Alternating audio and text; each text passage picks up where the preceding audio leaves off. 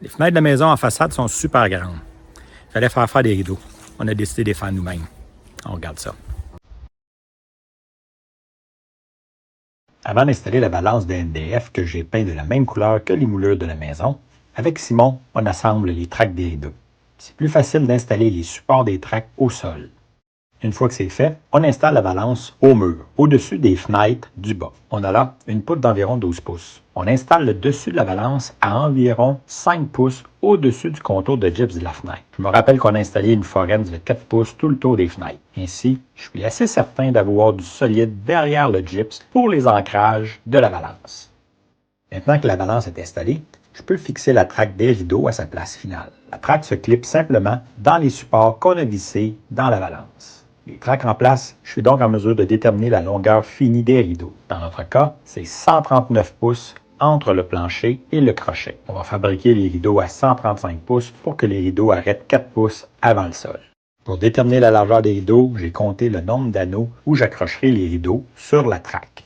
Sur la bande de plastique sur laquelle les rideaux seront cousus, il y a des indicateurs à tous les 10 ou 12 petites pochettes. Je compte donc un nombre d'indicateurs égal au nombre de crochets que j'aurai et j'en ajoute 2 à chaque bout pour pouvoir cacher le moteur et pour que le rideau puisse se rendre sur la dernière fixation du mécanisme amovible.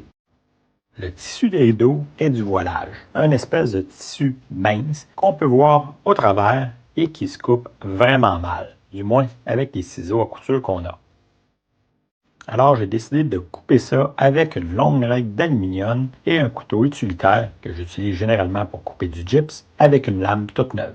En m'installant sur le plancher, j'utilise les lignes des planches pour réussir à couper le tissu bien d'équerre. Pour faire la coupe sans endommager le plancher, j'ai simplement mis sous le tissu un morceau de maçonnette d'1/8 de pouce d'épais. Pour la longueur de la coupe, comme je connais la longueur finale, j'ai ajouté 8 pouces et demi à cette longueur pour prévoir les replis et les coutures qu'on aura à faire.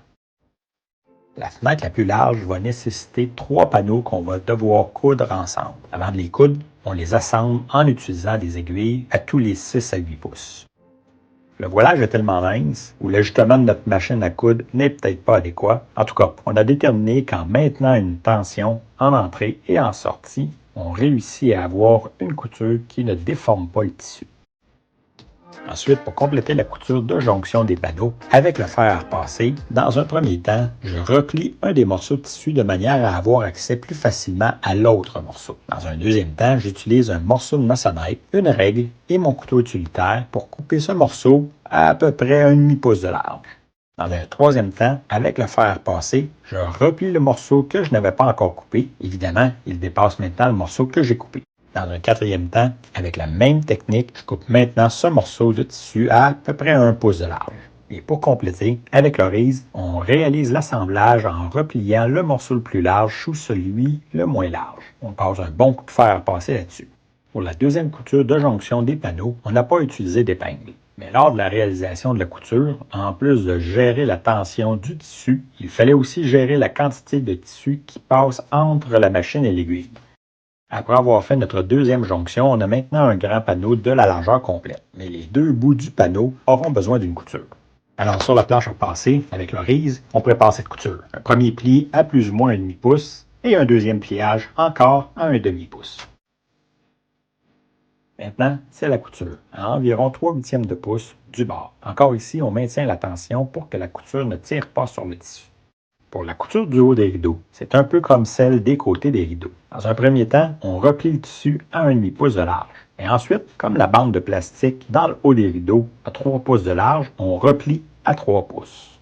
Et pour éviter que ce tissu se déplace lorsqu'on fera la couture, on épingle le tout au fur et à mesure. Maintenant, sur la machine à coudre. À chaque passage d'épingle, on s'assure que le tissu du dessus et du dessous demeure aligné. Bon, il ne reste que la couture du bas. Même technique que celle du haut. Un pli à 1,5 pouce, mais un deuxième pli à 4 pouces cette fois. Comme pour celle du haut, on épingle ça au fur et à mesure. Et on fait notre couture.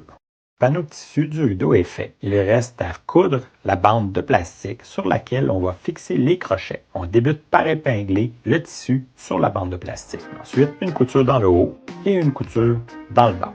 Maintenant, sur la bande de plastique du haut, on installe des petits crochets à intervalles réguliers. Ce sont ces petits crochets qui vont pouvoir se fixer aux anneaux sur la traque. Il reste maintenant à accrocher le rideau à la traque.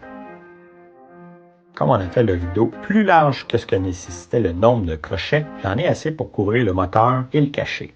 Bon, avec les moteurs et l'automatisation, je suis pas mal satisfait du résultat.